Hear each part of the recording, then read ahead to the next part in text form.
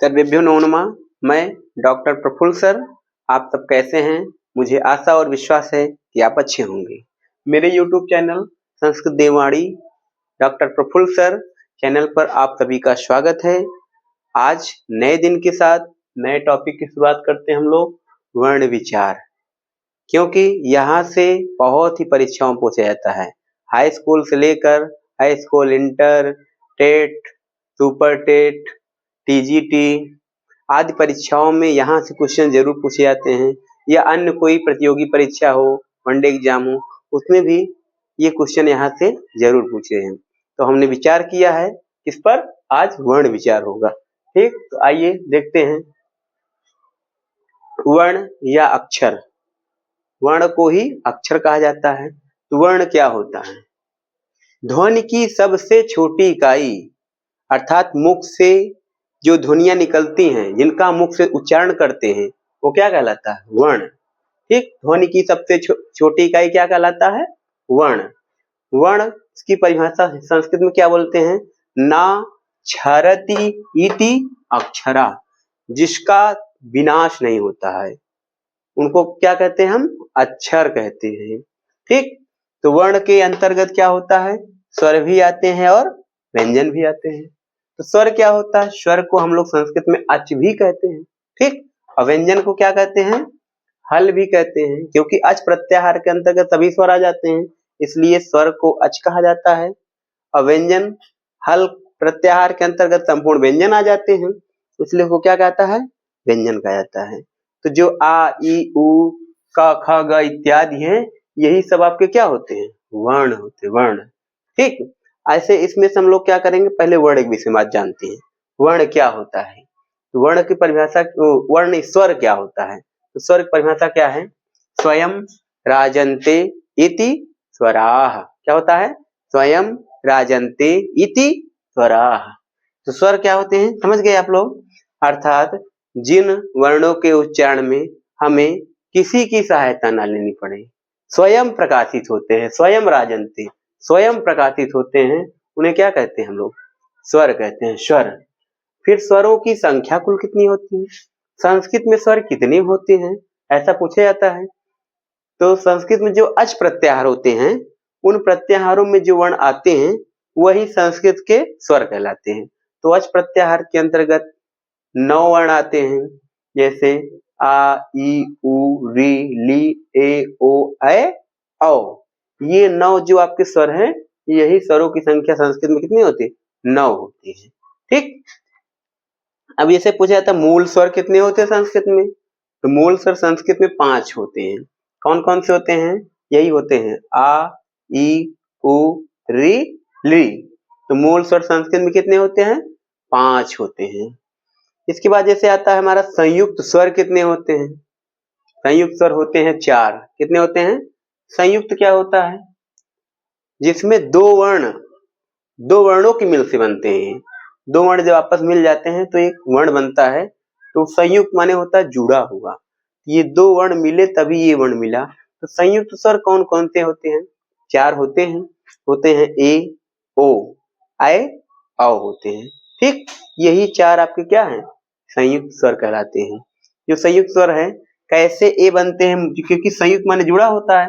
2 वर्ण कौन कौन से जुड़े हैं जिससे ये बना है? तो छोटा आ और छोटे ई, ये दोनों से ए बनता है।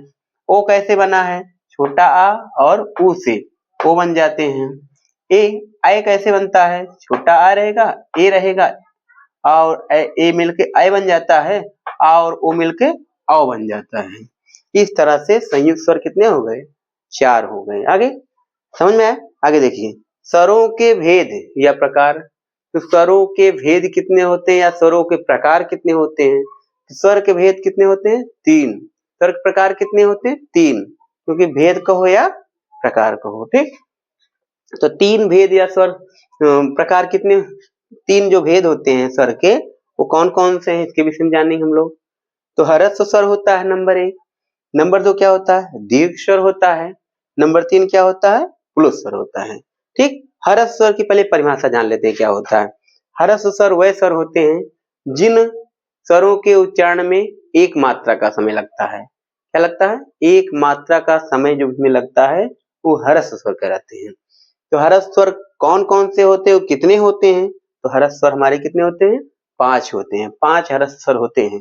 कौन कौन से होते हैं, छोटा आ, छोटी, छोटा ऊ, री और ली, यही 5 आपके क्या होते हैं, हर्ष स्वर कहलाते हैं।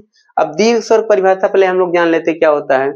जिन वर्णों के उच्चारण में दुई मात्रा का समय लगता है, दुई मात्रा का समय लगता है, वो क्या कहलाते हैं, दीर्घ स्वर कहलाते हैं। तो दीर्घ स्वर कितने होते हैं संस्कृत में, 8 होते हैं। कौन कौन से होते हैं, बड़ा, बड़ी, बड़ा ऊ, बड़ी री भी होती है, और ए, ओ, आए, औ, ये क्या होते हैं, दीर्घ स्वर कहलाते हैं। इसका हर्ष नहीं होता है, इन वर्णों का हर्ष स्वर नहीं होता है, ठीक। ये चारों ए, ओ, आए, औ, ये चारों वर्ण हमेशा दीर्घ माने जाते हैं, ठीक। ये छोटा, इसको ये बड़ा मत मानिएगा, ये छोटा है ये बड़ा है, नहीं, ये तब दीर्घ स्वर कहलाते हैं। इसके बाद आता है आपका प्लुत स्वर।